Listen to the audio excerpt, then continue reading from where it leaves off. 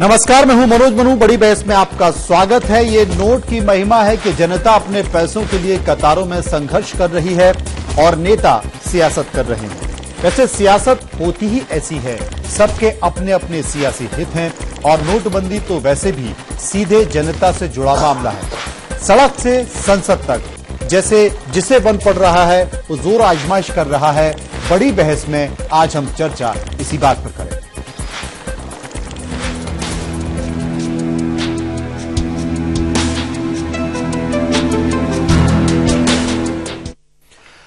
तो नोटबंदी पर सियासत अब भी जारी है। इन दिनों जैसे देश की सियासत नोटबंदी के आसपास ही सिमट कर रह गई है। सत्ता और विपक्ष दोनों एक दूसरे के खिलाफ लामबंद हैं। हद तो तब हो गई जब सियासतदान गंभीर होने की बजाय यूं कहें कि हल्के हो गए।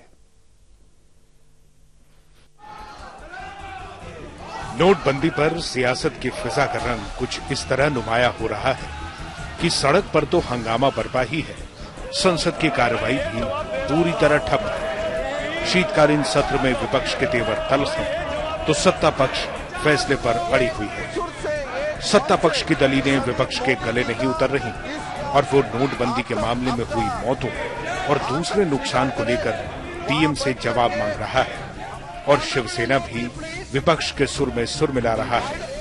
प्रधानमंत्री सेना नायक के रूप में घोषणा किए थे दिलेरी के साथ, तो जब उनकी घोषणा के बाद परेशानी जो लोगों की हो रही है तो उसको भी उनको सीना तान के झेलना चाहिए और रूबरू खड़े होकर के सुनना चाहिए, पीछे के दरवाजे से नहीं। लोग बड़े दुखी हैं और पूरे देश के अंदर जो 90% लोग, आज पूरे देश में 90% लोग लाइन में खड़े हुए हैं। अच्छी बात है, हम स्वागत करते हैं। हमको प्रधानमंत्री ने भी कहा है कि आपकी बात हमारे ध्यान में आई है और हम निर्णय लेंगे और उठाएगा इस मामले, हम उनके साथ जाएंगे, लेकिन हम इंडिया के साथ बने रहेंगे। इधर नोटबंदी पर पीएम बार बार भावुक हो जा रहे हैं। मंगलवार को भी पीएम बीजेपी की बैठक में भावुक हो गए। ट्वीट कर नोटबंदी पर जनता से राय मांगी और सर्वे में हिस्सा लेने की अपील की। तो सरकार के मंत्री और सहयोगी इस फैसले को ऐतिहासिक और बताते हुए भविष्य में इसके फायदे गिना रहे हैं। संसद में चर्चा नहीं होने देंगे तो जितना ऐतिहासिक कदम माननीय प्रधानमंत्री जी ने उठाया है, हम सब की जिम्मेवारी है कि जनता में इसकी चर्चा करें। लेकिन कांग्रेस प्रधानमंत्री मोदी की भावुकता को भाव देने के मूड में नहीं है। कांग्रेस उपाध्यक्ष राहुल गांधी से लेकर पार्टी के दूसरे नेता पीएम का मजाक भी उड़ा रहे हैं और निशाना भी साध रहे हैं। हमें भी बहुत दर्द है, हमें बहुत अफसोस लगता है कि हमारे लड़कियों का शादी ऐसा रोक दिया है। किसने कहा कि हमको दर्द नहीं है?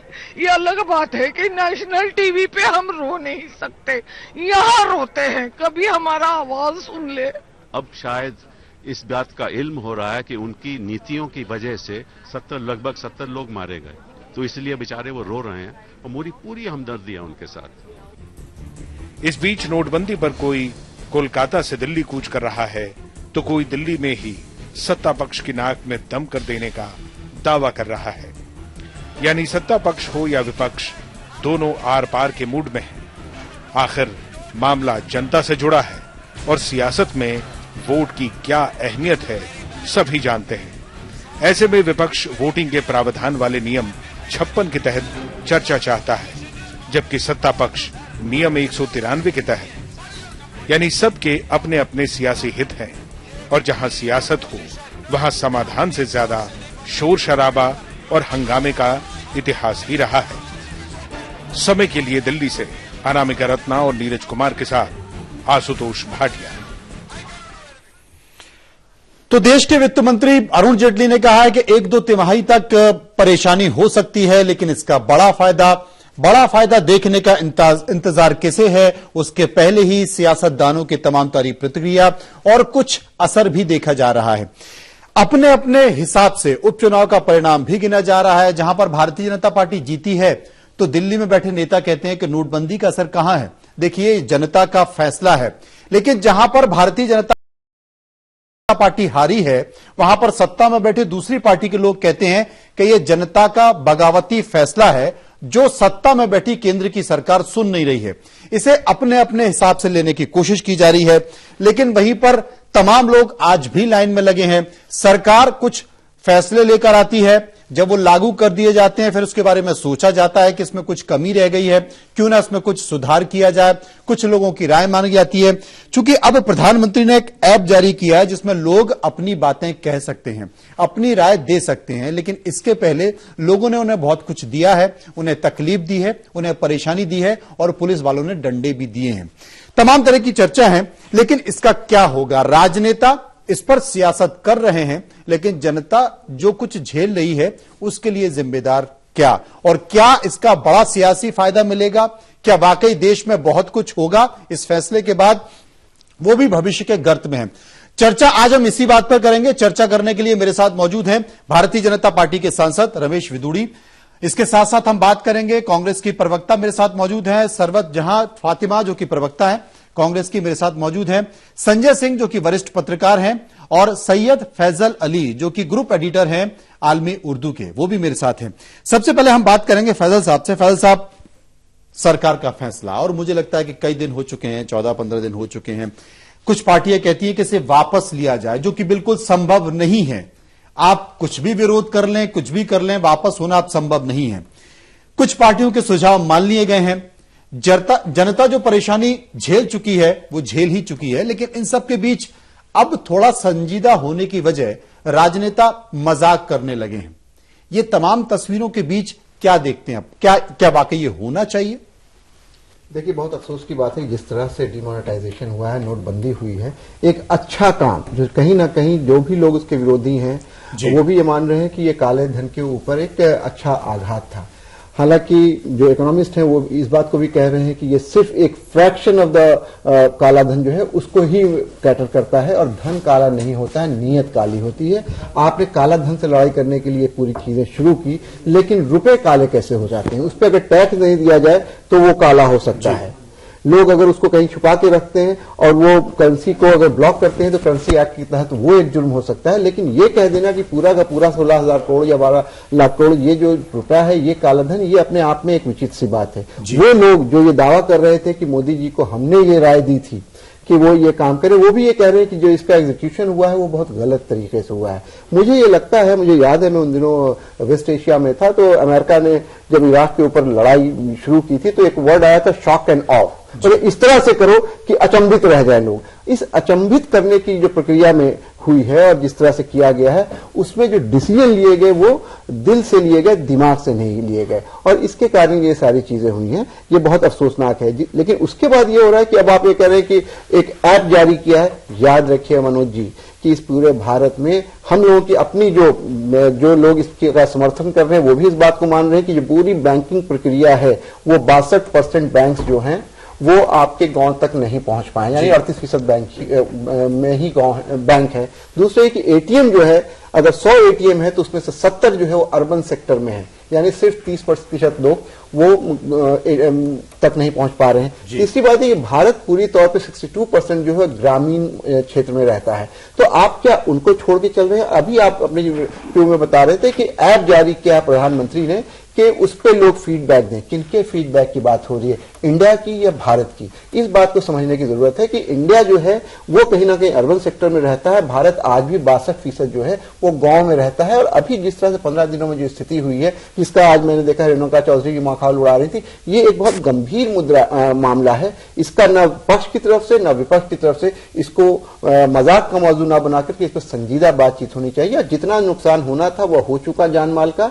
अब अगर इकोनॉमी को सुदृढ़ करना है तो उस पर भी सोचना चाहिए। और मैं आज देख रहा था लॉरेंस समर का भी स्टेटमेंट आया, treasury of former state secretary of treasury है यूएस के, उनका भी ये कहना था ये कहीं ना कहीं इकोनॉमी को भी बहुत बुरा करेगी, ऐसी बात नहीं है। सारे इकोनॉमिक्स एक्सपर्ट जो हैं वो भी ये कह रहे हैं कि इकोनॉमी इस बुरे हालत में जाएगी 5-7 महीने में कि ये बुरा हाल हो जाएगा रिकवरी का, वो हमें दिख रहा है। आप क्या जानना, आपका भी मेरे ख्याल से जो पृष्ठभूमि है गांव की है। हम लोगों के यहाँ क्या होता है, गांव में मेले लगते हैं, सोमवार हाट होता है, मंगलवार हाट होता है, बुधवार हाट होता है, उसमें कोई ट्रांजैक्शन, आप ये सोचिए कि कैशलेस सोसाइटी बना देंगे, हिंदुस्तान में वो संभव नहीं है। वहां लोग जाते थे, आप जाइए गांव को, हम तो अभी होकर के आए हैं कि हर जगह आप छोड़ दीजिए, दिल्ली में जो लगते हैं विभिन्न महलों में जो मंगलवार का हाट लगता है, आप देखिए हर दुकान बंद है, इसलिए कैश है ही नहीं, कोई काम नहीं कर सकता। क्या आप ये एक्सपेक्ट कर रहे हैं कि सिंघाड़े वाले, खोमचे वाले और इनके यहाँ हम एक एटीएम की मशीन लगा देंगे, स्वाइप करेंगे और काम हो जाएगा? ये संभव नहीं है। ये संभव नहीं है। और तमाम ऐसी अंतर्राष्ट्रीय राष्ट्रीय रिपोर्ट भी ये कहती हैं कि अगर आप जिस तरह का आपने डिमोनेटाइजेशन का फैसला ले लिया है, इससे काला धन कभी बाहर नहीं निकलता इकोनॉमी से। और सबसे बड़ी बात है कि जाली करेंसी छपने की बात करती है। अगर ऐसा होता तो तमाम दूसरे देश इसका खात्मा करने के लिए इस तरह से फैसला ले लेते, लेकिन सरकार का फैसला है। सबसे बड़ी बात है कि देश का बहुत बड़ा वर्ग इससे कह भी रहा है कि यह अच्छा फैसला है, काला धन खत्म हो जाएगा, जाली करेंसी अब कम से कम नहीं आएगी, लेकिन भविष्य में वो सब चीजें आएंगी।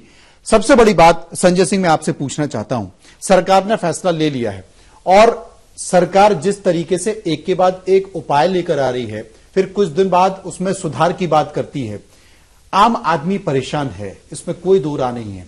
लेकिन सबसे बड़ी चीज है कि सरकार को उतनी तेजी के साथ करेंसी बाजार में लेकर आनी चाहिए। वो करेंसी अब तक बाजार में नहीं आ पाई है।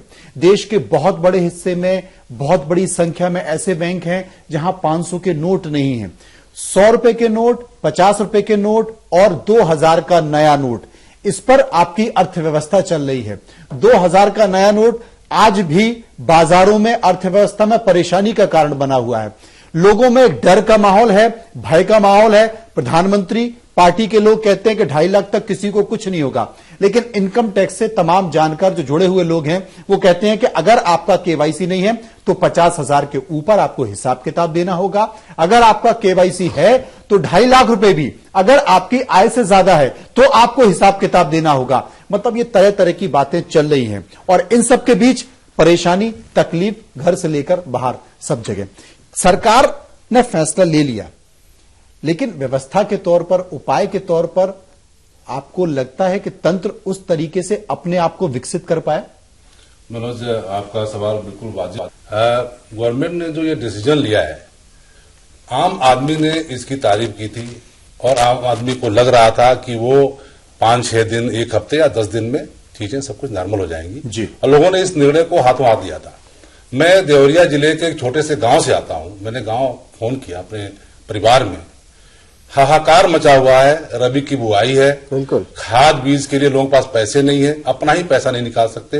तो ऐसे में भारत सरकार जो भी प्रावधान कर रही है राहत देने के लिए जी, वो नहीं होता है कि गर्म तवा है और उस पर आप थोड़ा सा अगर छीट दे, थोड़ा सा पानी डाले तो वो बुलबुले की तरह भाप बन के उड़ जाता है जी। तो इनके सारे जितने इनकी कवायद है, मुझे लगता है कि नाकामयाब साबित हो रही है, क्योंकि 86% मनी इन्होंने जो ब्लॉक कर दिया उसके बदले में कितना लेकर के आए। जाहिर सी बात है कि जो पैसे निकल भी रहे हैं बहुत कम निकल रहे हैं। 2000 का नोट लेकर के आए, 500 का नोट नहीं आया जी।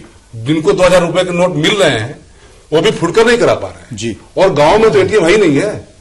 गांव की व्यवस्था तो पूरी तरीके से पैसे पे चलती है। नगद छोटे छोटे किसान हैं, छोटे छोटे किसान हैं। अभी इलाहाबाद के गांव मेरी बात हो रही थी, वहां बीरापुर गांव में वहां बहुत बड़े कृषक हैं। वो कह रहे थे कि साहब हम तो बड़े किसान हैं तो हमको उधार भी मिल जाता है, लेकिन छोटे किसानों को तो कोई उधार देने वाला नहीं है। वो कहां जाएंगे, कैसे करेंगे? जनता परेशान है, जाहिर सी बात है जनता बहुत परेशान है। नेताओं के बयानबाजी से कुछ नहीं होने वाला है, चाहे वो कांग्रेस हो चाहे वो बीजेपी हो। कांग्रेस को भी संजीदा बयान देना चाहिए इस मामले में, जाकर के उन्हें सहायता करनी चाहिए, लोगों की बयानबाजी से बचना चाहिए जी। और लोगों की सहायता करनी चाहिए। परेशानी है, लोग परेशान हैं, लाइनों में लगे हुए हैं, लोग मर रहे हैं। सबसे दुख की बात तो यह है मनोज जी कि इसको लेकर के लोग अपने पैसे के लिए लोग मर रहे हैं। ये बहुत ही दुख की बात है। इसके ये पूरे देश में चर्चा का विषय बना हुआ है कि मेरा पैसा, मैंने उस पैसे का टैक्स दिया और सरकार ये निर्धारित करेगी कि मैं कितना कब अपने पैसे को निकालूं और इस सीमा से ज्यादा आपको जरूरत हो तब भी नहीं निकाल सकते एक दिन में। ये अपने आप में परेशानी की बात है। खैर, देश के लोगों ने बड़ा सपोर्ट किया, देश के लोग तारीफ कर रहे हैं कि हो सकता है कि इससे हमारी देश की ब्लैक इकोनॉमी ठीक हो जाएगी, काला बाजार खत्म हो जाएगा, वायदा कारोबार खत्म हो जाएगा, हवाला का कारोबार खत्म हो जाएगा। लेकिन तमाम ऐसे आर्थिक जानकार हैं वो कहते हैं कि लगता नहीं है, क्योंकि कुछ दिनों बाद ये फिर पनपने लगेंगे। आपने आज हमारे ही चैनल पर समय न्यूज नेटवर्क पर कई सारी तस्वीरें देखी होंगी जिसमें आपने देखा कि कुछ आतंकवादियों को जब मार गिराया तो उनके पास नए 2000 के नोट निकले, यानी कि पास आतंकवादियों के पास भी पैसा पहुंचने लगा। कुछ दिनों के बाद नक्सलियों के पास भी पैसा पहुंचने लगेगा, क्योंकि ये वे नक्सली हैं जो हमारे ही समाज में बैठे उद्योगपति, हमारे ही समाज में बैठे प्रशासन के लोग, राजनेताओं से लेवी लेते हैं। और यकीन मानिए ये एक कटु सच्चाई है, ये कड़वी सच्चाई है कि हमारे ही लोग लेवी देते हैं। छत्तीसगढ़ के एक वरिष्ठ आईपीएस अधिकारी ने कहा कि छत्तीसगढ़ के नक्सली 1100 करोड़ रुपए साल की लेवी लेते हैं। तो जनाब 1100 करोड़ नहीं, वो 500 करोड़ इस साल ले लेंगे, उसके बाद वो 1100 करोड़ पर पहुंच जाएंगे। उसे रोकने की व्यवस्था किस तरीके से होगी? सरबत जहां मेरे साथ मौजूद है। सरबत जी, कांग्रेस ने विरोध किया। विरोध इस बात का नहीं था कि आप ये फैसला लेकर आए, विरोध इस बात का था कि व्यवस्थाएं कहां हैं, आपकी तैयारी किस तरह की। लेकिन हमने ये भी देखा कि कांग्रेस के बयानों में कहीं ना कहीं संजीदगी नहीं थी। अब वो भी उपहास करने लगे हैं। क्या उपहास इस बात का कि इस पूरे परेशानी से जो कई लोग मारे जा चुके हैं, चाहे वो लाइन में लगने वाला व्यक्ति हो या बैंक के कर्मचारी हो, क्या इस बात का उपहास? क्योंकि विरोध तो बाद में भी किया जा सकता है, उसके तरीके भी दूसरे हैं, लेकिन फिलहाल संजीदा हुआ जाए इस परेशानी को लेकर। मनोज जी, देखेंगे आप, बात यहाँ फैसले का उपहास करने का नहीं है। आप अगर देखेंगे तो पीछे जो जिस दिन से ये नोटबंदी हुई है उस दिन से हमारे जो उपाध्यक्ष हैं खुद लाइन में लग करके लोगों के बीच जाकर के उनका उत्साह बढ़ाने के लिए या उनकी तकलीफ जानने के लिए खुद से एटीएम के पास भी खड़े रहे, बैंक में भी गए। और हमारे यूथ कांग्रेस के सारे लड़के बिहार में भी, हम बिहार से आते हैं इसलिए बिहार के बारे में बता पाएंगे कि बिहार में भी हर एटीएम पे और हर बैंक में हमारे लड़के बाजाबता शिविर लगा करके लोगों की मदद करने के लिए खड़े हुए थे। लेकिन सवाल ये नहीं है कि हम मदद करें या हम सपोर्ट करें या हम अपोज करें। सवाल ये है कि प्रधानमंत्री जी ने जो ये फैसला लिया, इस फैसले से एतराज नहीं है। रात में 12 बजे आप सीधे सीधे अनाउंस कर देते हैं कि आज से 12 बजे रात से ये बड़े नोट बंद हो जाएंगे। आपने सिर्फ मेट्रोज को देख करके ये फैसला लिया, आपने बड़े बड़े मॉल को देख करके फैसला लिया, आपने गांव को देख करके फैसला नहीं लिया।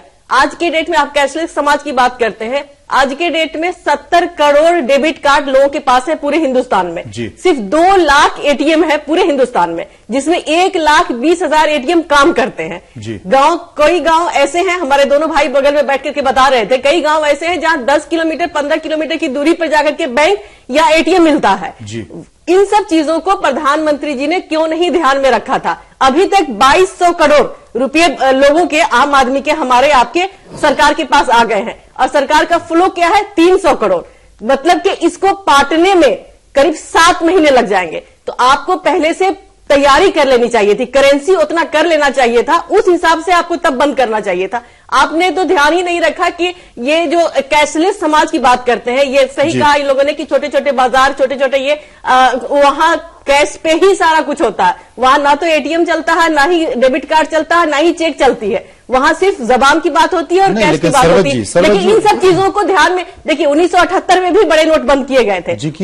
उस वक्त बड़े नोट सिर्फ 2% समाज के अंदर में, मतलब अर्थव्यवस्था के इसमें चलन में था। आज के डेट में बड़े नोट 80%, लगभग 80% अर्थव्यवस्था में हमारे यूज होता है। हम सब 1500 के नोट यूज करते हैं, 100 के नोट बहुत कम हो गया था अब यूज करना। अभी 2000 का नोट आ गया हुआ, आप 2000 का नोट कहां खर्च करेंगे? क्या आइसक्रीम वाले से आप 2000 के नोट खरीदेंगे? मैंने आपकी बात मान ली, हॉस्पिटल में मैंने आपकी बात मान ली, लेकिन राहुल जी, एक मिनट मनोज जी, सरकार ने जो ये एक और ये फैसला किया था कि 24 तारीख तक या 30 तारीख तक हॉस्पिटल में, वो भी सरकारी हॉस्पिटल में पुराने नोट लिए जा सकेंगे। क्या आपको पता है कि सरकारी हॉस्पिटल में भी पुराने नोट नहीं लिए गए और लोगों की मौतें हुई? तो इन सब का जिम्मेदार कौन होगा? जाहिर है इन सब के जिम्मेदार तो सरकार ही होगी ना। सरकार को इन सब चीजों को ध्यान में रखते हुए नोटबंदी की तरफ आना चाहिए। सिर्फ 10% लोगों को सबक सिखाने के चक्कर में मैंने आपकी बात मान ली, लेकिन आपकी सुन कौन रहा है?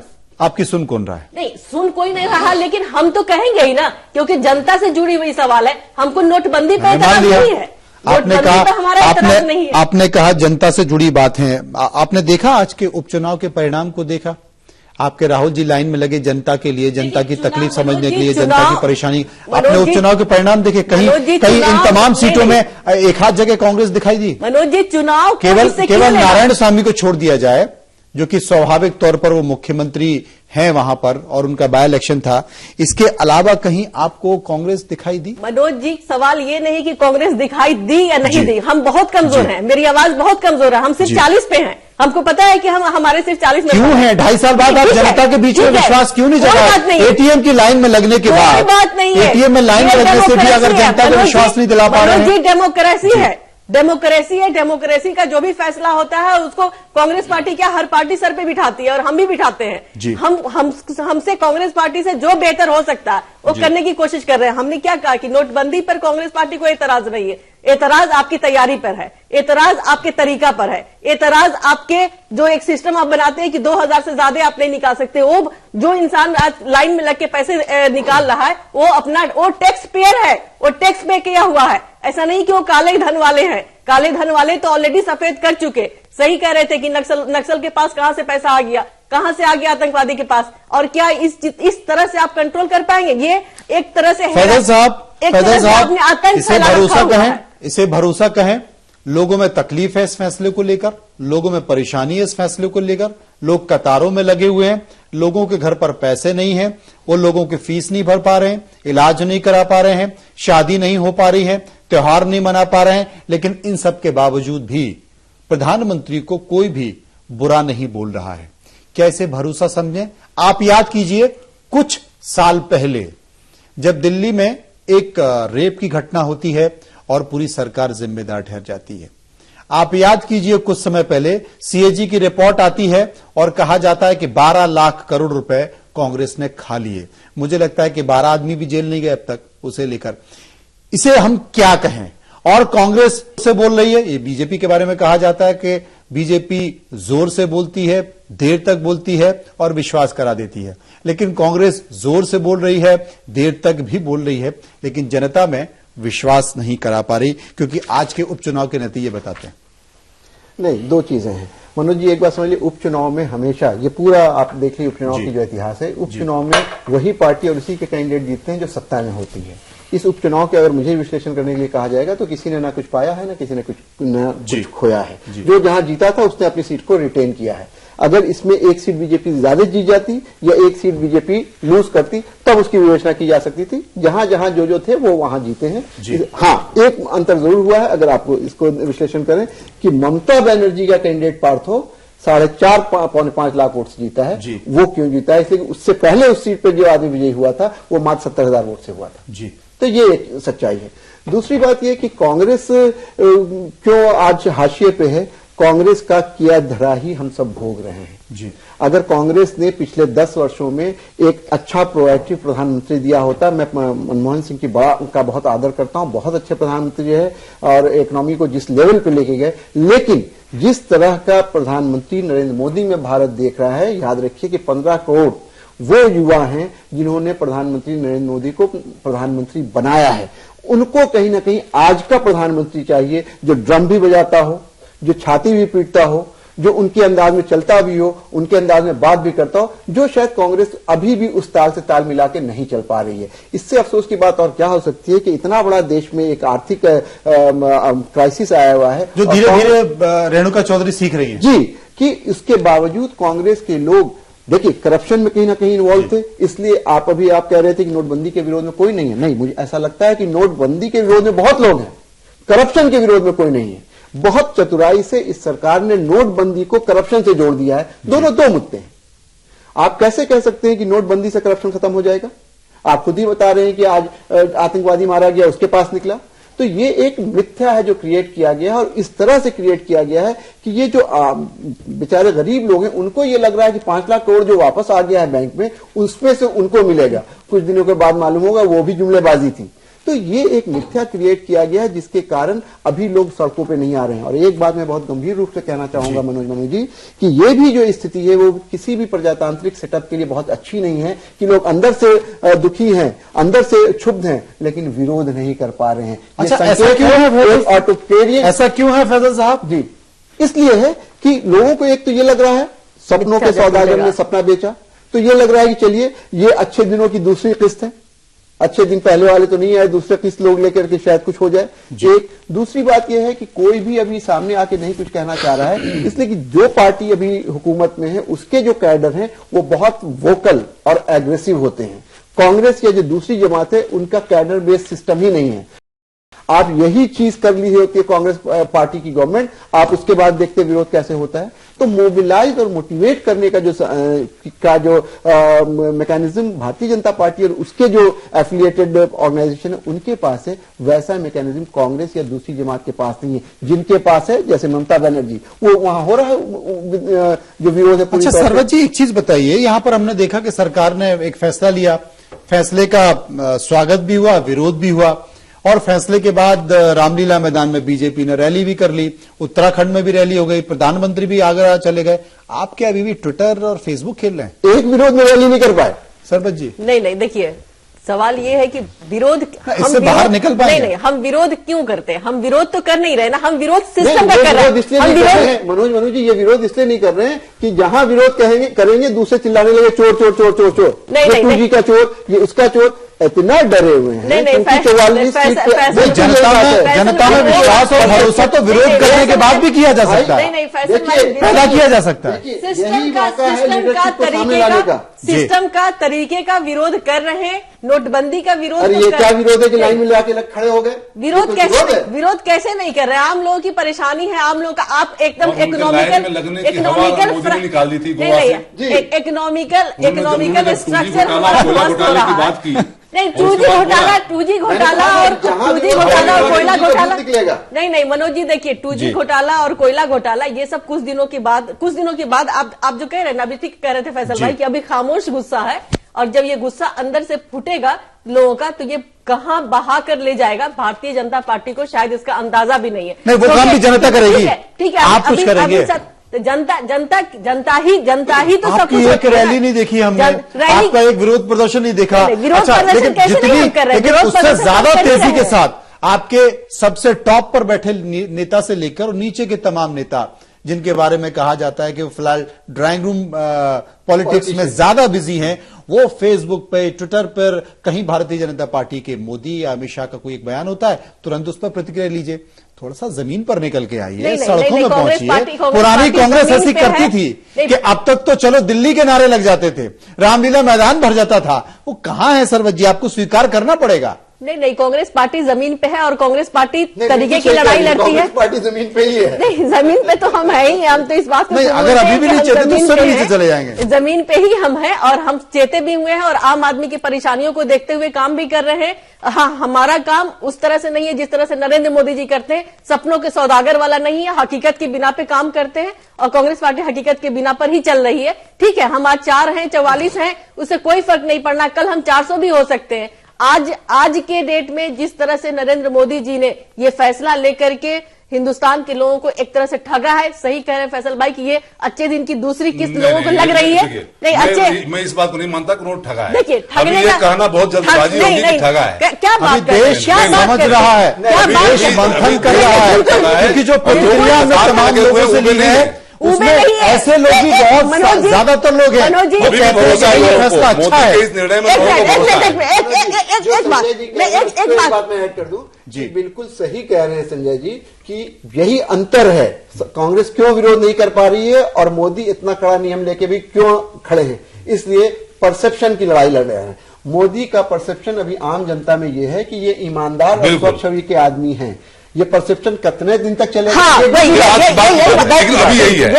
और दूसरी बात कि कांग्रेस पार्टी या आरजेडी या दूसरी पार्टियां इसलिए विरोध नहीं कर पा रही है कि इन लोगों का चेहरा पहले जनता के सामने खुल चुका है, करप्शन में ये लोग लिप्त पाए गए हैं, इसलिए जहां वो बोलेंगे तुरंत बीजेपी का जो प्रोपेगेंडा डिवीजन है वो कहेगा देखिए चोर बोला, इसलिए वो डरे सहमे बैठे हैं। और मोदी के बारे में डायरेक्ट कोई अभी ये नहीं कह पाता है कि मोदी जी ने पैसा लिया है या मोदी जी चोरी कर एक ही साथ फैसल भाई, जब एक ही साथ करप्शन और सारे मुद्दे जब बाहर आएंगे तो बीजेपी कहीं नहीं रह जाएगी। मुझे याद आता है कि इस फैसले के पहले जब एक स्वैच्छिक आय स्कीम की बात चल रही थी तो नरेंद्र मोदी ने अपने संसदीय दल की बैठक में कहा, ये कई सांसदों ने मुझे बताया, उन्होंने कहा कि देखिए मैं सभी लोगों को ये अंतिम बार बोल रहा हूं कि अगर आपने कुछ गलत किया है, अगर आपके पास कुछ पैसा है, अगर आपके परिवार के पास कुछ पैसा है, तो उसकी घोषणा कर दीजिए। आप अपने वकील से बात कीजिए,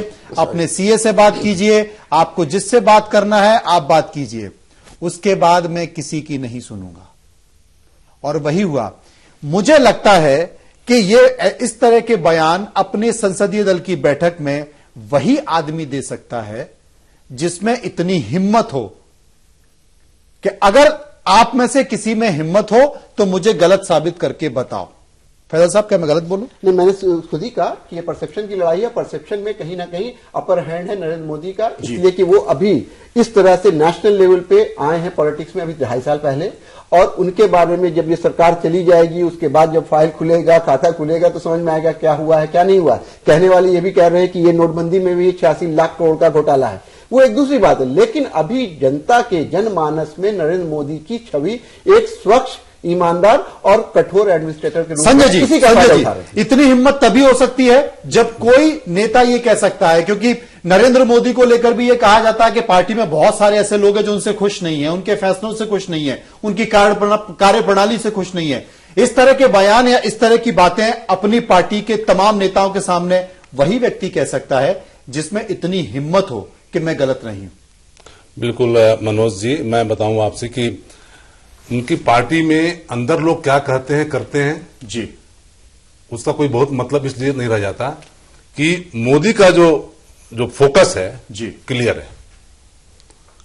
मोदी ने जो निर्णय लिया वो अगर देखा जाए फैजल जी तो एक बहुत बड़ा दमदार आदमी ले सकता है, जिसके अंदर कुछ कॉन्फिडेंस हो, बड़ा कॉन्फिडेंस हो जी, जिसकी छवि एक ईमानदार व्यक्ति की हो और जिसके पास खोने के लिए कुछ भी ना हो जी। मुझे लगता है कि नरेंद्र मोदी के पास खोने के लिए कुछ भी नहीं है। उस आदमी के पास ऐसी बहुत सारी चीजें हैं, अपना जो उसका व्यक्तित्व है वो अपने। रमेश बिदुड़ी हमारे साथ जुड़ गए हैं, भारतीय जनता पार्टी के सांसद हैं बीजेपी के। रमेश जी, ये कहा जा रहा है कि बहुत सारी ऐसी प्रतिक्रिया आ रही है, मुझे लगता है काफी हद तक विपक्षी पार्टियां भी मानती है कि हमें इस फैसले से ऐतराज नहीं है, लेकिन लोगों को तकलीफ बहुत है। करीब 14-15 दिन के आसपास हो चुके हैं, व्यवस्था अब भी करीब करीब वैसी ही है, लंबी लंबी लाइनें लगी हुई हैं। आप मंच से इस तरह के बयान दे देते हैं, आपके नेता, आपके प्रधानमंत्री, आपके पार्टी अध्यक्ष के शादियों के लिए 2.5 लाख या तमाम सारी व्यवस्थाओं के लिए, लेकिन जब आदमी बैंक में जाता है तो कहा जाता है बैंक के कर्मियों द्वारा नोटिफिकेशन ही नहीं आया है। उसके बाद शादी के लिए कड़ी शर्तें, उसके बाद कहा जाता है नहीं, इन्हें सरल किया जाएगा। ये आपको लगता है कि अफरा तफरी का माहौल है और क्रियान्वयन में बड़ी अजीब सी स्थिति बनी हुई है? देखो, प्रधानमंत्री जी ने पहले ही दिन भी कहा था कि इसमें सिस्टम में 40-50 दिन लगेंगे। नंबर 1 जी, कोई भी नया काम आप करेंगे और कोई भी किसी भी इश्यू को लेकर करेंगे तो कुछ परेशानियां आएंगी, और निश्चित रूप से लोगों को परेशानी आ रही है, इसको हम मना नहीं कर रहे हैं, लेकिन देश के लोगों को इतनी परेशानी तो झेलनी पड़ेगी निश्चित रूप से, अगर देश को बढ़ाना है, आगे देश को आगे ले जाना है। हम बच्चे का दाखिला स्कूल में कराने के लिए ले जाते हैं, लाइन में खड़े रहते हैं 2 घंटे, किस लिए? कि बच्चे को अच्छे स्कूल में अच्छी शिक्षा मिलेगी, मेरे बच्चे का भविष्य सुधर जाएगा। तो देश को बनाने के लिए कुछ कष्ट लोगों को भोगना पड़ेगा। जहां तक अपोजिशन के लोग जो इश्यू बना रहे हैं वो बार बार कह रहे हैं कि प्लानिंग नहीं थी, तैयारी नहीं थी। 30 सितंबर तक अपने पैसे 30% डिक्लेरेशन के साथ लोग जमा करा दें। प्रधानमंत्री जी ने क्लियरली बोला था, कोई छुपा के नहीं बोला था, क्लियरली बोला था। दूसरी बात है, देश में 1.25 लाख बैंक की ब्रांचें हैं, 1,30,000 पोस्ट ऑफिस है, 1,40,000। इतने बड़े सिस्टम को अगर आप पहले डिक्लेयर कर दोगे कि एक दिन में यहां पैसा पहुंच जाए, नोट पहुंच जाए, तो वो लीक होने के बाद काला धन व्हाइट कैसे बदल सकता था, आप अंदाजा लगा सकते हैं। इसलिए कुछ अपोजिशन के जो लीडर हैं वो, उनकी मजबूरियां हैं बेचारों की, वो कैसे कहें कि मोदी ने जो निर्णय कर दिया वो अच्छा निर्णय है। वो अपनी मजबूरियों के कारण वो भी कह रहे हैं निर्णय तो किया लेकिन तैयारी के साथ नहीं किया। निर्णय तैयारी के साथ किया, पूरी पार्टी एक मुश्त समिति स्तर तक के कार्यकर्ता से लेकर पार्टी के टॉप लीडर तक सब मोदी जी के साथ खड़े हैं। ये फ्रस्ट्रेशन है अपोजिशन के लोगों की, उनसे चर्चा करने की, पार्लियामेंट में चर्चा होगी, चर्चा करिए ना, कौन आपसे मना कर रहा है चर्चा करने के लिए? 4 दिन से इस बात को कह रहे हैं, लेकिन देश के प्रधानमंत्री ने 50 दिन का टाइम लोगों से मांगा है, और निश्चित रूप से परेशानी हो रही है, हम डिनाई नहीं कर रहे हैं। बैंक में जो अधिकारी कर्मचारी हैं, ऐसा नहीं है 125 करोड़ में 125 करोड़ लोगों ने ही मोदी जी को लाइक किया है। इस देश में 20-30, 10-15% लोग ऐसे हैं जो आइडियोलॉजी के हिसाब से उनकी मजबूरियां हैं वो मोदी जी को लाइक नहीं करते। वो बैंक में कर्मचारी भी बैठे होंगे, ऐसे उस विचारधारा के अधिकारी भी बैठे होंगे। जो बैंक का कर्मचारी 24/7 काम कर रहा, उनको ये आइडियोलॉजी से ग्रसित बता रहे। शर्म आनी चाहिए इनको कि बैंक का कर्मचारी 24/7 एक हफ्ते से किस गुना की सजा पा रहा है। वो कितने बैंक के कर्मचारी की डेथ हो गई है, हार्ट फेल हो गया है, आप उसे कह रहे हैं कि वो किसी आइडियोलॉजी से ग्रसित है। आपको शर्म आनी चाहिए। कर्मचारियों में तुम्हारी जैसी मानसिकता के लोग भी हैं, वो बैंक के, वो भी देश के नागरिक हैं, वो तुम्हारी जैसी मानसिकता के लोग भी हैं। वो आप अपने लैंग्वेज, पहले आप तो अपने लैंग्वेज पे कमांड करना सीखिए, पहले बात करने की तमीज सीखिए सर। ये शब्द यूज किया शर्म वाला। हाँ तो और क्या, आप कह रहे हो कि किसी आइडियोलॉजी से ग्रसित है। क्यों 24/7 में काम कर रहे हैं और आप कह रहे हैं कि वो किसी आइडियोलॉजी से ग्रसित है। बैंक का कर्मचारी सिर्फ और सिर्फ बैंक का कर्मचारी होता है। बैंक का कर्मचारी वो तुम्हारी मर्जी पर नहीं है। तुम 10 साल से राज करते रहे, तब ये बैंक कर्मचारी थे। अरे तुम क्या बोलोगे, तुम क्यों चले जा रहे हो? तमीज नाम की चीज नहीं कि महिलाओं से कैसे बात की जाती है। प्रॉब्लम ये है कि मोदी जी ने इन पार्टियों को बुलाकर डिस्कस क्यों नहीं किया? अपने काले पूछिए कि इनके प्रधानमंत्री संसद में आकर के क्यों नहीं बहस कर रहे? को भी मायावती को इनके प्रधानमंत्री संसद में आकर क्यों नहीं बहस कर रहे? इतनी हिम्मत क्यों नहीं है? मोदी जी ने बगैर चिंता किए किसी नेता से बात की, किसी पार्टी। अरे 10% काले धन के लिए ये 90% लोगों को लाइन में लगा दिए, जो टैक्स पेयर थे उनको लाइन में लगा दिए, और ये कह रहे हैं कि बच्चों का एडमिशन कराने जाते हैं तो किस तरह से लाइन में खड़े होते हैं। ये किस तरह का हिंदुस्तान बना रहे हैं? रोकने के लिए ये निर्णय कठोर निर्णय लिया है और देश के 125 करोड़ लोगों का समर्थन चाहिए। और लोग 85% आपके लाइन में खड़ा होगा, क्यों खड़ा होगा जो टैक्स पे करता है? इस मानसिकता अपना पैसा लेने के लिए 2000 रुपए के लिए क्यों खड़ा होगा? इस मानसिकता से 15% लोग समर्थन नहीं कर रहे हैं। वो ना करें, लेकिन 85% मजदूर वर्ग, किसान वर्ग, नौजवान वर्ग 85% की बात कर रहे हैं, जो मौतें हुई है हॉस्पिटल में, जो लेकिन सरवत जी मैं यहाँ पर, क्योंकि बैंक एसोसिएशन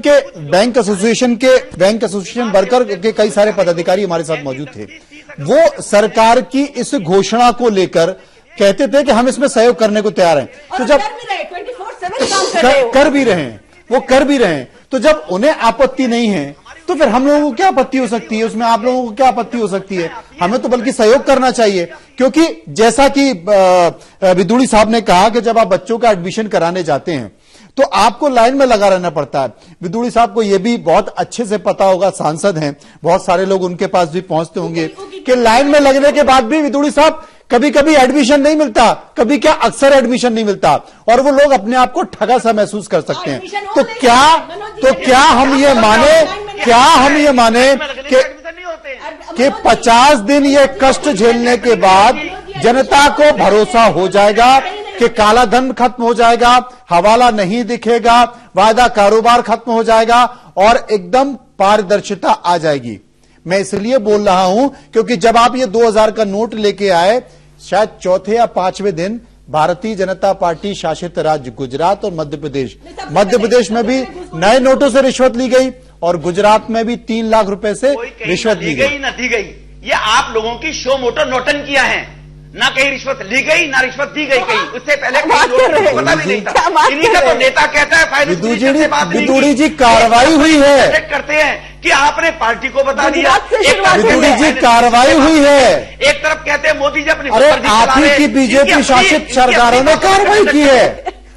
बीजेपी शासित सरकारों के जो एंटी करप्शन ब्यूरो हैं उन्होंने कार्रवाई की है, हकीकत में गिरफ्तारी हुई है। आप इसको तो मान लीजिए ऐसा हुआ है। इनको जानकारी दो चीजें हैं। नोटों की बात है, नोट 1000 का हो, 2000 का, 4000 का रहो, मुद्रा का चलन जारी है। बात है 1000, 5000 के नोट के ऊपर रोक लगाना। अगर मुद्रा आई है, मुद्रा कहीं इशू हुई है, कुछ भी हुआ है, तो 15% हमारी बहन जो बैठी है, सकत खान जैसे लोग बैठे हैं ना, वो बैंक में होंगे कोई ना कोई।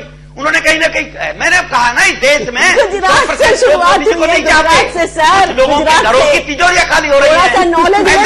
सरवत जी आप ही जाओगी। आप लोगों को तकलीफ है, जैसा कि बीजेपी मानती है कि आपने 60 साल तक इस देश का खजाना लूटा है। मनोज जी, अगर एक बेशकीमती खजाना लूटा है और अब आपको तकलीफ हो रही है।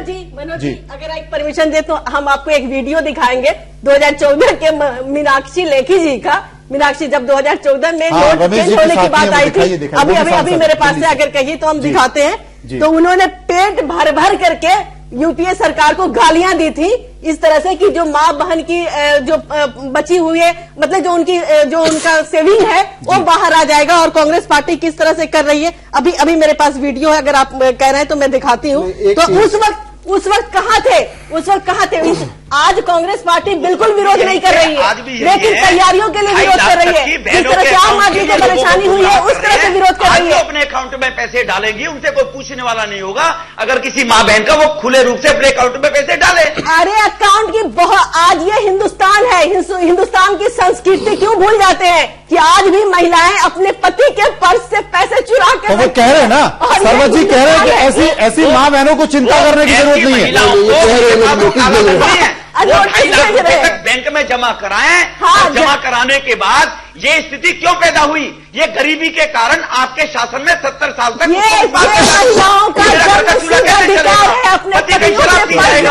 सारे कुकर्म हैं जिनके कारण बहनों को पड़ते थे। बोलने ही जाओ, ये आपके कुकर्म के कारण है। बोले ही जाओ, आप बोले ही जाओ। एक सवाल आपसे है, आप सही कह रहे हैं, लोग इससे बहुत खुश हैं। वो तो जब आप लोग चुनाव में जाइएगा तब समझ में आएगा। वो एक दूसरी बात है, अभी 2-2.5 साल बचा हुआ है। मुझे एक बात बताइए कि 2.5 लाख रुपए आप लोगों ने कहा है शादी में निकालने के लिए, बड़ी अच्छी बात है, उसका स्वागत होना चाहिए कि 2.5 लाख। लेकिन आप बेटी की शादी किए होंगे या परिवार में हुई होगी, कौन सी शादी 2.5 लाख में हो जाती है आजकल? आप 2.5 लाख में शादी करने की बात नहीं हुई। आपको 24,000 रुपए आप हर हफ्ते निकाल सकते हैं, नंबर 1। अरे क्या बात कर रहे हैं आप? शादी के बाद निकाल सकते हैं? शादी के बाद क्या बात कर रहे हैं आप? हॉस्पिटल में निकालना है। अरे जिसकी शादी, अभी जेटली की बेटी की शादी हुई थी, क्या बात कर रहे हैं आप? लॉजिकल बात कीजिए, आप सांसद हैं, आप संसद में भी बोलते हैं रमेश जी, उस गरिमा को रखिए और समझदारी की बात कीजिए। चीज को चेक नहीं देना होगा। हॉस्पिटल में कहाँ से पैसे लाएंगे बता दीजिए ना आप। अगर किसी को ऑपरेशन की जरूरत है 50,000 रुपये की, वो क्या करेंगे? इनकम टैक्स से छूट है, आप 2.5 लाख तक की सारे डाटा रखे रह जाएंगे। 2019 में बता देगी आपको जनता। इन बेचारे कांग्रेसियों को कुछ समझाओ इस बात के बारे में। आप खुद समझ लो ना, पहले आप खुद समझ लो। लॉजिकली बात कीजिए सर, लॉजिकली बात कीजिए। नॉन टैक्सेबल है, ड्यू टू नॉन टैक्सेबल आप 2.5 लाख रुपए की परचेजिंग कर सकते हैं। 2.5 लाख के ऊपर जो माँ बहन के पैसे होंगे उनको आप टैक्स का ये नोटिस भेज दीजिएगा ना। वाले को चेक दीजिए। नहीं बिदुड़ जी, 2.5 लाख नहीं, 2 लाख। हॉस्पिटल में 50 नहीं पूछिए, हॉस्पिटल में जिसको 50,000 रुपया एट ए टाइम जमा करने की जरूरत पड़ जाती है इन इमरजेंसी, वो कहाँ से पैसे लाएंगे आप बताइए? वो अपने ही पैसे बैंक में नहीं निकाल पा रहे हैं, बताइए। बैंक उसको परमिट कर रहा है 24,000 रुपए अपने अकाउंट से निकालिए। 24,000 रुपए ऑपरेशन नहीं होंगे 50,000 भाई के अकाउंट से निकालिए। किसने मना किया है? बैंक आपको 24,000 रुपए चिल्ला लेने से, अरे 24,000 से क्या होता है? 24,000 से आप क्या करेंगे? नहीं है, आपके रिश्तेदार नहीं है क्या? आपकी इतनी इमेज खराब है क्या? क्या बकवास कर रहे हैं आप? क्या बकवास कर रहे हैं आप? इसीलिए कम से कम अपनी पार्टी का ही गरिमा रख लीजिए ना। काला धन चलाने के लिए बहाना जो भी कुछ भी अनाप शनाप बोले चले जा रहे हैं आप। 2G स्पेक्ट्रम का पैसा कहाँ जाएगा? क्या बोल रहे हैं? कहाँ जाएगा? कॉमनवेल्थ गेम का कहाँ जाएगा?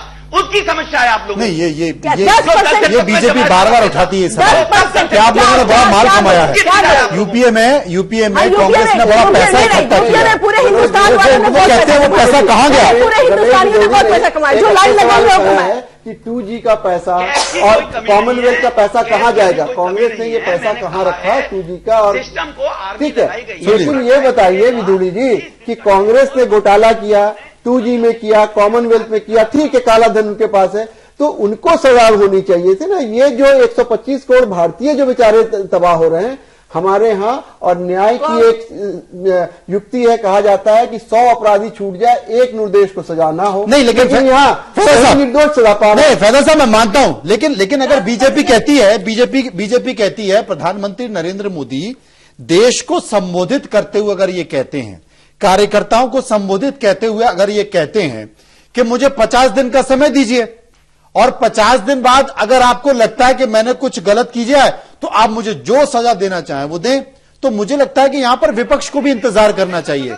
क्योंकि मतलब चुनाव की मौतें होती रहे, हम इंतजार करते रहे, क्या बात कर रहे हैं जी। लेकिन मैं ये बात कहना चाहूंगा जी कि मोदी साहब को पार्लियामेंट में फेस करना चाहिए, उन्हें फेस करना चाहिए। क्यों नहीं आ रहा है पार्लियामेंट? उनके डिसीजन पर कोई इम्पट नहीं कर रहा है, कोई व्यवस्था पर कर रहा है जी। तो उनको पार्लियामेंट में लोकसभा या राज्यसभा में जाने से गुरेज नहीं करना। अच्छा, आप चर्चा नहीं करने दे रहे, पार्लियामेंट में नौटंकी कर रहे हैं आप लोग, सारे लोग इकट्ठे हो गए हैं। आप लोग पार्लियामेंट में चर्चा करिए, माननीय प्रधानमंत्री जवाब देंगे। आइए ना मैदान में, पूछिए ना क्या प्रॉब्लम है, सुझाव दीजिए देश की जनता को समस्याओं के निवारण के लिए आने से पहले। अगर आप पार्लियामेंट में सौहार्दपूर्ण से चर्चा करते तो प्रधानमंत्री लोगों के व्यू क्यों मांगते? आपके व्यू के आधार पर चेंज करते सिस्टम को। आप चर्चा करिए, कौन मना कर रहा है? अच्छा विदुड़ी जी, हम भी चाहते हैं कि आप चर्चा कीजिए। विदुड़ी जी, प्रधानमंत्री को आकर के सरबत जी, विदुड़ी जी, प्रधानमंत्री ने अपने सांसदों से कहा कि अपने अपने क्षेत्र में जाइए और कम से कम जनता को यह समझाइए कि योजना बहुत अच्छी है। अपने सांसदों से इसलिए कहा क्योंकि वो उन इलाकों के अपने अपने लोकसभा क्षेत्र के जनप्रतिनिधि हैं, जनता के प्रति जवाबदेह हैं। तो प्रधानमंत्री भी संसद के प्रति जवाबदेह हैं। प्रधानमंत्री को संसद में आके अगर विपक्ष ये कह रहा है कि प्रधानमंत्री आए यहां पर बहस को सुने, क्योंकि राज्यसभा में उन्होंने बहस नहीं सुनी, तो वहां पर आए, वहां बताएं इसमें जाता क्या है। अगर उसके बाद विपक्ष हंगामा करता है तो देश देख रहा है, देश जिम्मेदार विपक्ष को समझेगा। देखो मनोज जी, प्रधानमंत्री लोकसभा के सदस्य हैं, लोकसभा में ये बहस करने के लिए तैयार हों। कांग्रेस पार्टी या सहयोगी पार्टी अगर जिस दिन बहस करने को तैयार होंगी, प्रधानमंत्री लोकसभा में बैठेंगे, क्यों नहीं बैठेंगे? लेकिन जब प्रधानमंत्री नौटंकी करेंगे, वहां पर शोर मचाएंगे, तो प्रधानमंत्री और देश में आपको तो उसी में आगे बोलना पड़ेगा। ये चर्चा को एक्सेप्ट करें, सरकार चर्चा कराने को तैयार है, मांग कर रही है 193 के अंदर, और चर्चा करने के बाद प्रधानमंत्री जवाब देंगे, सुनेंगे इनकी चर्चा को। किसने मना किया? आए लोकसभा के अंदर चर्चा लेकर। अच्छा विदुड़ी जी, चूंकि जनता में बराबर की प्रतिक्रिया आ रही है, एक बहुत बड़ी जनसंख्या है जो प्रधानमंत्री नरेंद्र मोदी के इस फैसले की तारीफ कर रही है, चाहे आप किसी से ही पूछें। कुछ लोग कहते हैं कि व्यवस्था बहुत ज्यादा है, परेशानी बहुत ज्यादा है। 40, 42, 45 से ज्यादा लोग मारे जा चुके हैं, 71 लोग तक ये संख्या पहुंच चुकी है, और इसमें बैंक कर्मचारी भी शामिल हैं, आम आदमी की संख्या में बता रहा था। लेकिन आप मानते हैं कि इन मौतों का जिम्मेदार कोई है? इन मौतों का जिम्मेदार तो वही फैसला है ना जो आपकी सरकार ने लिया है। नहीं, देखो फैसले, अभी सर्जिकल स्ट्राइक को ऑपरेशन हुआ था पाकिस्तान में, क्या कांग्रेस है? परमात्मा की दया से हमारे एक सैनिक को इंसिडेंट घटना नहीं घटी। क्या आप इस बात की गारंटी देते थे? ये उनकी कुशलता को धन्यवाद करिए। क्या वहां पर अगर हमारा एक सैनिक अगर शहीद हो जाता, दो ऐसे ही रोज सीमा पर लोग धोखे से मारे जा रहे हैं, तो अगर एक दो शहीद सैनिक होते तो रिस्क तो लिया ना प्रधानमंत्री जी ने अकल उनको देने के लिए। ये लोग सीधे, ये लोग जो सर्जिकल फेक कह रहे, वीडियो फिल्म दिखाइए, हमें बताइए सर्जिकल फेक है, तो इन लोगों का इस तरह में इन्होंने बोलना है। 85% लोग देश के इस फैसले से खुश हैं, वो इस दुख को सहन करने की शक्ति रखते हैं वो लोग, और वो खुश है इस बात को लेकर। और समय समय पर प्रधानमंत्री जी ने कहा है लोगों की ऐसी कोई फीडिंग आएगी, ऐसी कोई व्यू आएंगे कि इसको इसमें और बदलाव करना है लोगों की। तब तो बहुत सारे लोग चले जाएंगे, सरकार मना नहीं कर रही है। जी रमेश विदुड़ी जी, आपने बहुत अच्छी बात की कि सर्जिकल स्ट्राइक हम लोगों ने किया और हमारे सैनिक एक भी नहीं मारे गए, बड़ा कुशल ऑपरेशन था, और उससे हम लोग आतंकवाद या पाकिस्तान से आने वाला आतंकवाद समाप्त करने का दावा कर रहे थे। लेकिन हुआ बिल्कुल उल्टा है। वो सर्जिकल स्ट्राइक बैकफायर कर गई है। जितने सर्जिकल स्ट्राइक में हमने मारा, बहुत अच्छा काम किया, इससे ज्यादा लोग मारे गए, बैकफायर कर रही है। क्या बात कर रहे हैं? क्या बात सुन लेते क्या बोले? ये मोदी जी का आने के बाद शुरू हुआ क्या पाकिस्तान का अटैक? अरे आप जो दावा कर रहे हैं उस पर बात कही जा रही है कि ये आपका जो सर्जिकल स्ट्राइक मनी लॉन्ड्रिंग पे है, काला धन पे है, वो काला धन फिर वैसे शुरू हो गया। आपके आने के बाद काला नहीं होता है। आपके आने के बाद लगभग 300 बार सीज फायर हो चुका, सीज फायर उल्लंघन हो चुका है। आपके आने के बाद लगभग पहले से हो रहा था, पहले तो आपकी सरकार नहीं थी ना। अभी कश्मीर में कैसे किस पटरी पर आ गई? विदुड़ी जी की बातों से साफ झलक रहा है कि इनका फ्रस्ट्रेशन अपना निकाल रहे हैं। जनता जो बैठ के लंबी चौड़ी कहानियां कर रही है, अब अपना फ्रस्ट्रेशन निकाल रहे हैं। बंद हो गई, कश्मीर में शांति बहाल हो गई तुरंत। वो भी तो बताए ना कि फेक करेंसी के रोकने के बाद कश्मीर में लोग आ गए ना सड़कों पर, आम जीवन जी रहे हैं ना। ये किसके कर्म थे? संजय आप डिफेंस देखते हैं, आप डिफेंस देखते हैं, आप अच्छा देखते हैं, आप तमाम उन अधिकारियों के संपर्क में रहते हैं, आपके मानते हैं संक्षेप में?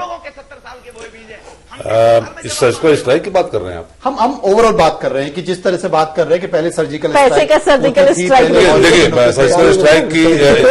सर्जिकल स्ट्राइक एक बड़ा निर्णय था और एक बड़ा काम था डिफेंस का प्रधानमंत्री मोदी के नेतृत्व में। उसके बाद सीज फायर लेकिन जो सीज फायर का उल्लंघन लगातार हो रहा है और आज भी हमारे सैनिक शहीद हुए हैं, तो कहीं कुछ कंट्रोल जैसी चीज दिख नहीं रही है। वही बात कह रहा हूँ, surgical strike was not the solution. और उसी तरह से नोटबंदी इज नॉट द सॉल्यूशन, वो समाधान नहीं है काले धन को रोकने का।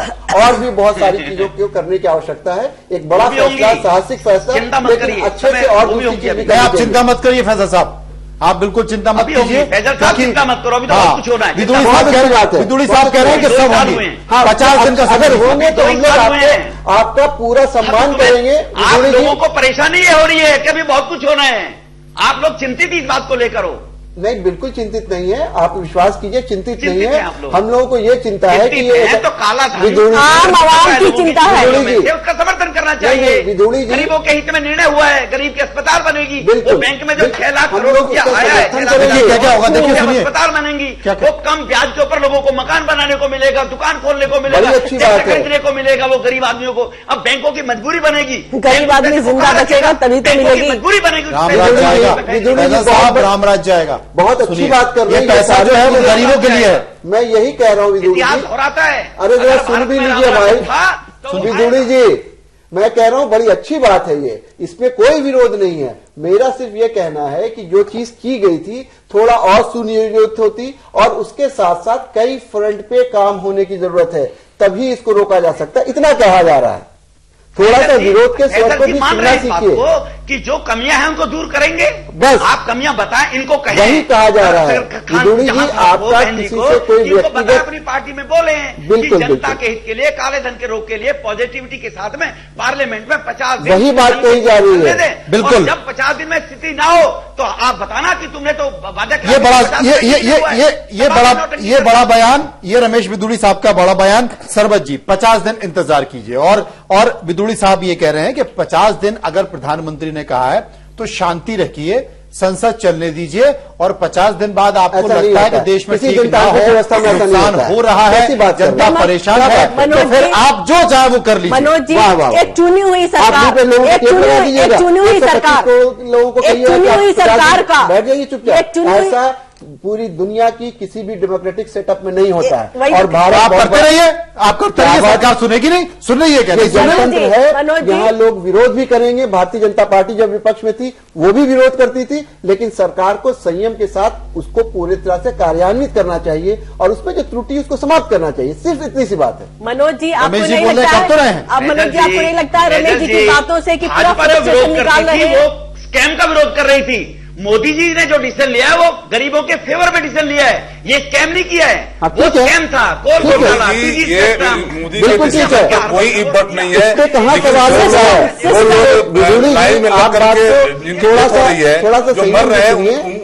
कोई सवाल नहीं उठाया जा रहा है।